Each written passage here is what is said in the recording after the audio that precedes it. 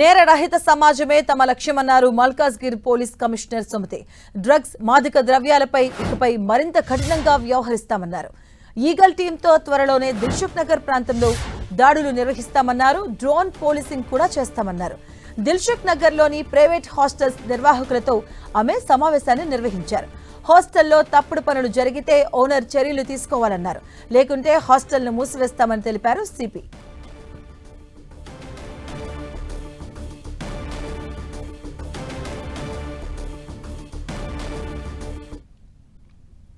కొంతమంది కొన్ని శక్తులు కొన్ని గ్రూప్స్ ఈ పిల్లలను తర్వాత ఈ యంగ్ పాపులేషన్ని ఒక రకంగా డ్రగ్స్ బారిన పడడానికి లేదంటే వేరే దురలవాట్ల బారిన పడడానికి ఇక్కడ ఉన్న వాతావరణము కొంత ఉపయుక్తమవుతుంది.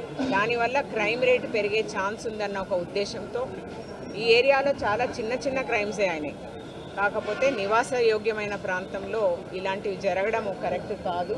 ప్లస్ యంగ్ పాపులేషను ప్రొడక్టివ్గా వాళ్ళ చదువు వాళ్ళు క్రైమ్కి ప్రోన్ కాకుండా ఉండాలన్న ఒక ఉద్దేశంతో ఈ ప్రాంతాన్ని మేము నేరరహిత ప్రాంతంగా చేయడానికి కొంత Saroornagar police LB Nagar DCP గారి ఆధ్వర్యంలో కొంత ప్రయత్నం చేయడం జరిగింది.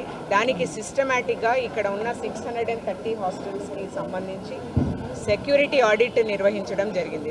సైకోట్రోపిక్ సబ్స్టెన్సెస్ అమ్మడానికి లేకపోతే వాడడానికి ఉపయుక్తమైన ప్లేసెస్ మీద నిఘా ఉంటుంది. 1.